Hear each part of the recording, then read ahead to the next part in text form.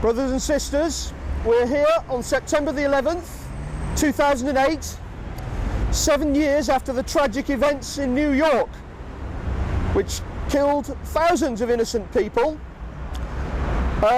We're standing here in the centre of Bristol by the statue of Edmund Burke, who was the MP for Bristol from 1774 to 1780. As it says here, I wish to be a Member of Parliament to have my share of doing good and resisting evil. Speech at Bristol in 1780. Now, of course, he made that speech at Bristol in 1780, but he wasn't re-elected. The reason being that Edmund Burke was opposed to the slave trade. And of course, Bristol at the time was a city very much enmeshed in the slave trade.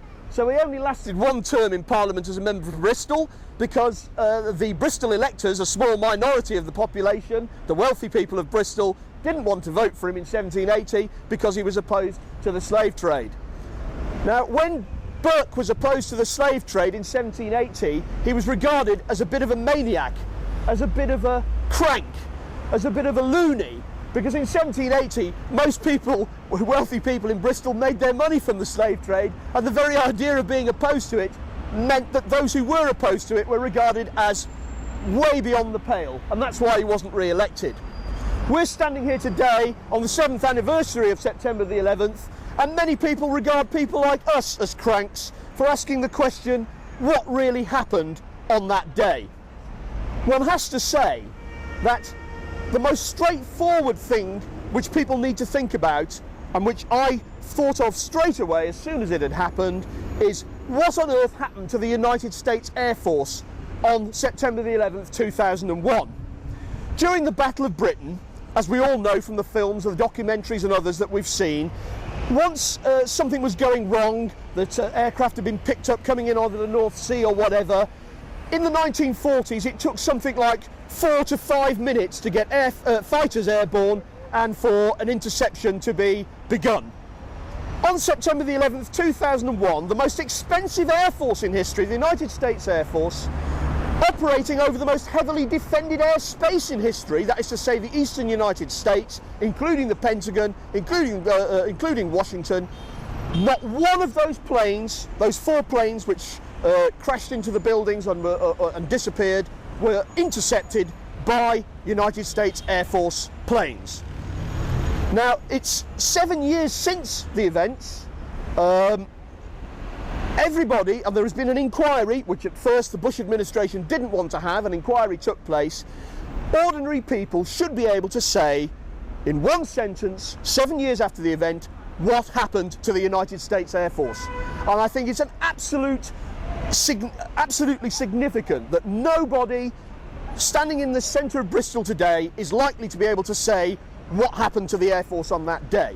What we do know, 7 years later, is that various exercises were going on the day, exercises including a pretend Russian attack over the North Pole, including planes crashing into buildings. All of these things have now come out in the wash that the exercises were taking place. Anybody who wants to can check this on the internet. I'm not going to bore you with all the detail. People need to go and check it for themselves. But I think everybody should be asking themselves the question, what on earth happened to the United States Air Force on the day? The second major factor, which most people don't realise, but which ought to be raising questions, is the collapse of 3 buildings on September the 11th. That's right, 3 buildings. We all remember the 2 buildings coming down at 10 and 11 o'clock in the morning, but at 5:30 in the afternoon, a 3rd building in the World Trade Center complex collapsed, WTC 7. If anybody wants to check this, all they have to do is Google WTC 7 and they will see a video of the 3rd building coming down, exactly the same as the first 2 buildings, but without any plane crashing into it. So the story about how plane fuel fires caused buildings to collapse, certainly not the case in relation to Building 7.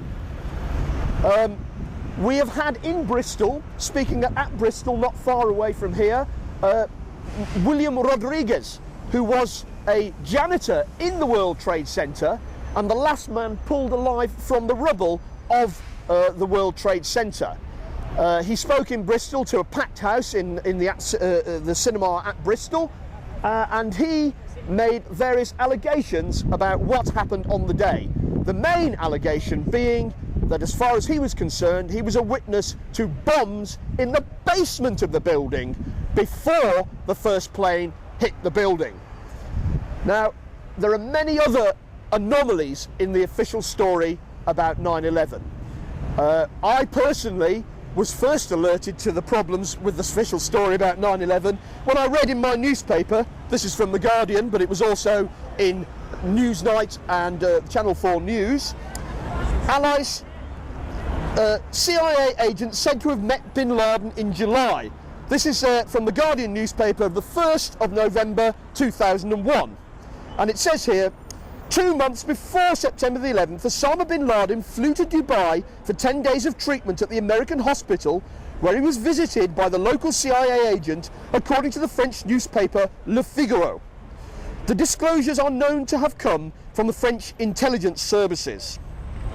Bin Laden is reported to have arrived in Dubai on July the 4th from Quetta in Pakistan with his own personal doctor, nurse and 4 bodyguards to be treated in the urology department. While there, he was visited by several members of his family and Saudi personalities and the CIA. The CIA chief was seen in the lift on his way to see bin Laden, and later, it is alleged, boasted to friends about his contact. Intelligence sources say that another CIA agent was also present and that bin Laden was also visited by Prince Turki Al Faisal, then head of Saudi intelligence, who had strong links with the Taliban. Soon afterwards, Turkey resigned, and more recently he has publicly attacked him in an open letter.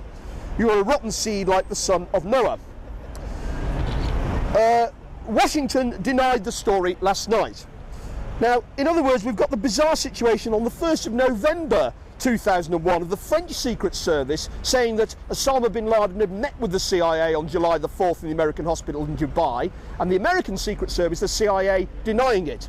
So as a British person standing here in the middle of Bristol, we've got the French Secret Service, who are allies, on one side, saying that the Americans are actually meeting with Osama bin Laden, and we've got the Americans denying it. Somebody is lying. And friends, I suggest to you that it is not the French Secret Services who are lying on that occasion. All of these anomalies have been building up for 7 years. Anybody can check out all of these allegations on the internet for themselves. I'm not going to bore you with all of the detail. Just use Google and you will find what you need to find.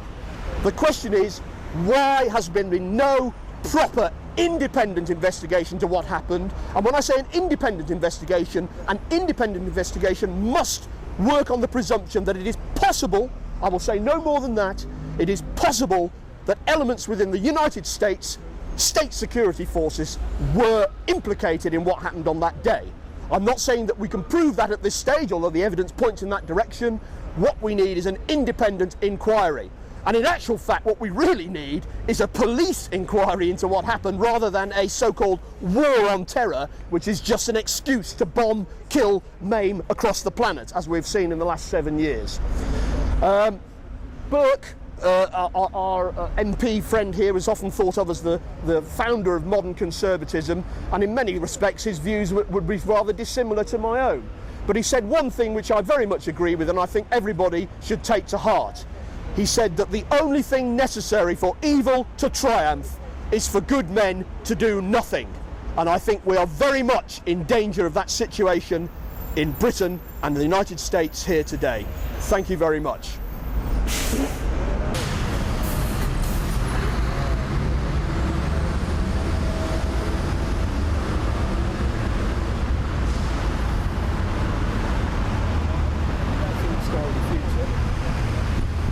You get it, the audio.